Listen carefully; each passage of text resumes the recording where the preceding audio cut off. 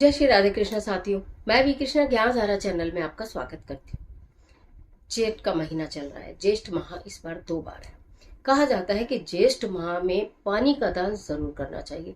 जितना हो सके पानी आप प्याऊ लगवाएं तो लगवाएं, मीठा शरबत बांटे तो बांटे, नहीं तो पानी की बोतल बांटे। पक्षियों के लिए, पशुओं के लिए, प्यासे लोगों के लिए पानी का वितरण जितना ज्यादा करेंगे उसका आपके पिछले जन्मों के पाप कर्म भी उस पानी के दान से धुल जाते हैं।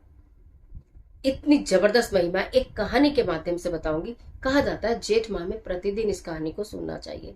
आप इस वीडियो को सेव कर लीजिएगा। 2-4 दिन लगातार सुनेंगे तो आपको याद हो जाएगी, तो और लोगों को भी सुनाया करिए। बाकी नहीं तो लोगों को सेंड कर देना।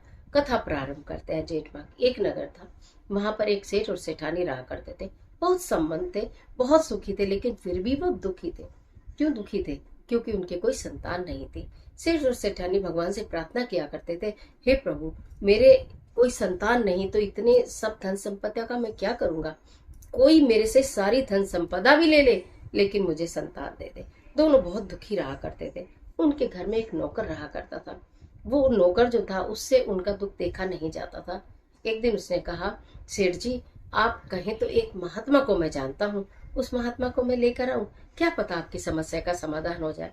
सेठ जी ने कहा, वैसे तो मेरी समस्या का समाधान होना नहीं, मुझे लगता है मेरी प्रारब्ध में संतान है ही नहीं, फिर भी तुम कहते हो तो चलो लेकर आओ। नौकर चला गया। उस दिन ने उनको लेकर आया। साधु जी सामने बैठे सेठ और सेठानी की दशा देखी, उनकी कुंडली देखी, फिर बोला, तुम्हारे तो संतान होगी ही नहीं। सेठ सेठानी रोने लगे, निराश हो गए। कुछ तो उपाय होगा, कुछ तो कारण होगा, आखिर हमें संतान क्यों नहीं हो सकती।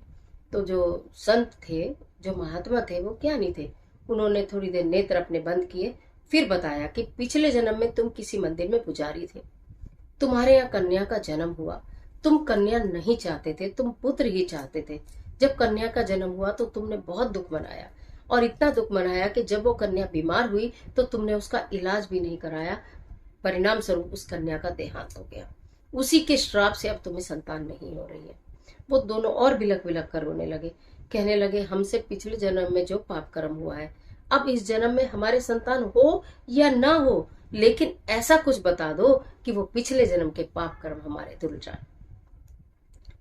संत जी कहने लगे, अगर तुम करना ही चाहते हो तो एक काम करो, जब जेठ का महीना आएगा तो तुम किसी नदी, किसी गंगा, किसी पवित्र सरोवर में प्रतिदिन स्नान करोगे, और स्नान कर कर जितने भी प्यासे संत लोग हैं, बुजुर्ग लोग हैं, बच्चे, उनको जितना ज्यादा हो सकेगा जल का वितरण करोगे, उनकी प्यास बुझाओगे, तो तुम्हारे कष्ट पिछले जन्म के कट सकते हैं।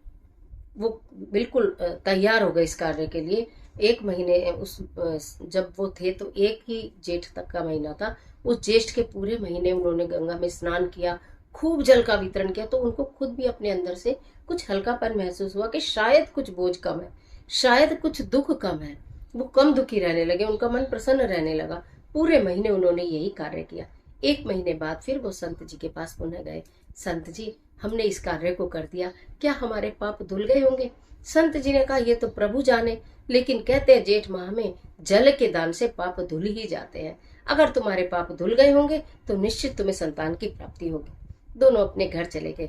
कुछ समय बाद उनके यहाँ एक सुंदर सी कन्या ने जन्म लिया। दोनों बहुत प्रसन्न हुए और इसकी जी जान से सेवा और प्रेम के साथ उसे पालने लगे। कहानी क्या कहती है? कहानी ये सीख देती है कि ज्येष्ठ माह में जल के दान से पिछले जन्मों में किए गए पाप तक धुल जाते हैं, और आगे आने वाला जन्म भी आपका सुधर जाता है। तो ज्येष्ठ माह में जितना हो सके पानी का वितरण करो, प्यासों की प्यास बुझाओ, चाहे वो व्यक्ति हो, चाहे वो जानवर हो, चाहे वो पक्षी हो, और चाहे वो पौधे हो। इजाजत दे दीजिए। इस तरह के तमाम वीडियोस को देखने के लिए चैनल को सब्सक्राइब कर लीजिएगा, बेल आइकन का बटन प्रेस करिएगा, जिससे आपको नोटिफिकेशन मिले। और ये कहानी आपको अच्छी लगती है, ये कहानी में आपको सार नजर आता है, तो उसको लाइक जरूर करिएगा, अपने फ्रेंड्स के साथ शेयर करना, जिससे ज्येष्ठ माह में प्रतिदिन इस कहानी को सब सुने और इस कहानी से प्रेरित होकर जितना हो सके जल का दान करें। कमेंट बॉक्स में राधे राधे।